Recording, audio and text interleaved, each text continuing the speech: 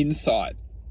So for many of us, when we're starting to comprehend that we're getting sick, literally, we're getting sick, we're being distorted, we're following a voice in our heads which is no longer serving us. We understand it's not serving us.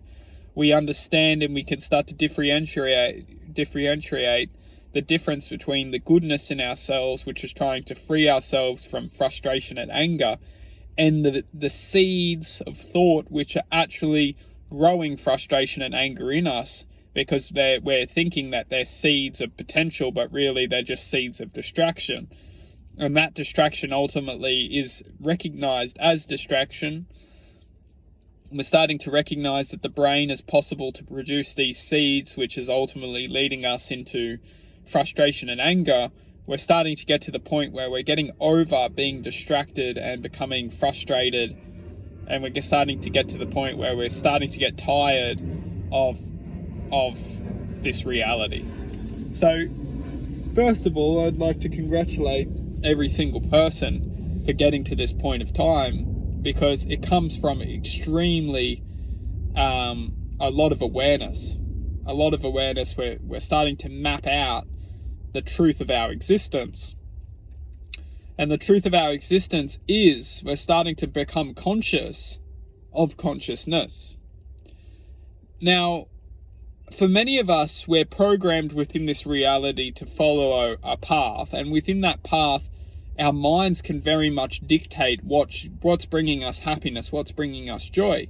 Everything that isn't bringing us happiness or bringing us joy or bringing us a dopamine hit is ultimately instantaneously destroyed.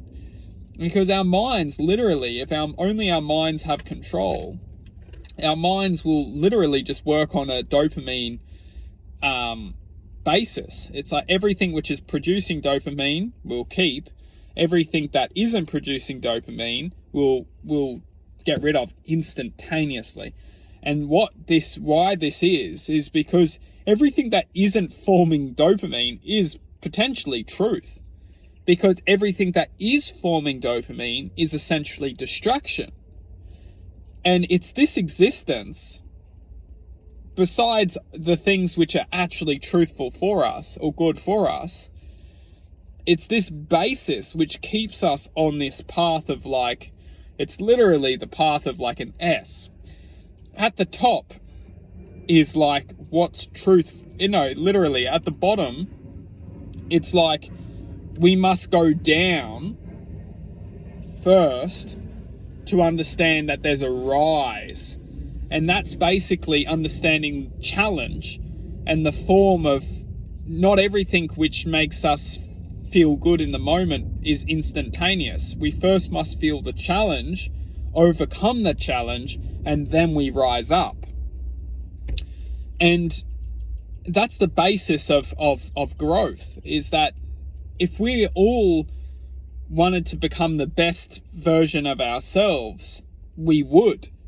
But without the challenge, without the choice, we will never achieve that. And that's for many of us who do awake. We must undergo an extreme amount of challenges within our lives, which ultimately grant choices. And through the choices, we grow into a being of true self. And the true self is only resembling choices and challenges which we've chosen to listen and interact within a form of learning and accepting, which then generate a sense of awareness, which then honor. We gain awareness, and then we almost show this awareness as a servitude of achievement. Like, this is what I've been able to achieve. This is the awareness that I've been able to activate. And now with this awareness, ultimately what we do with this awareness, it's almost like we offer this awareness to, you could say, creation itself. And then within this offering, creation grants us a sense of honor. It's almost like we feel honored that we've been able to achieve. And that's why this reality is built on this basic principle, is of achieving awareness and then honoring it as a form of like devotion to creation. And that exchange, creation, grants us a sense of contentment, and that contentment is what we ultimately feel as just being humble to the devotion of existence. Wow.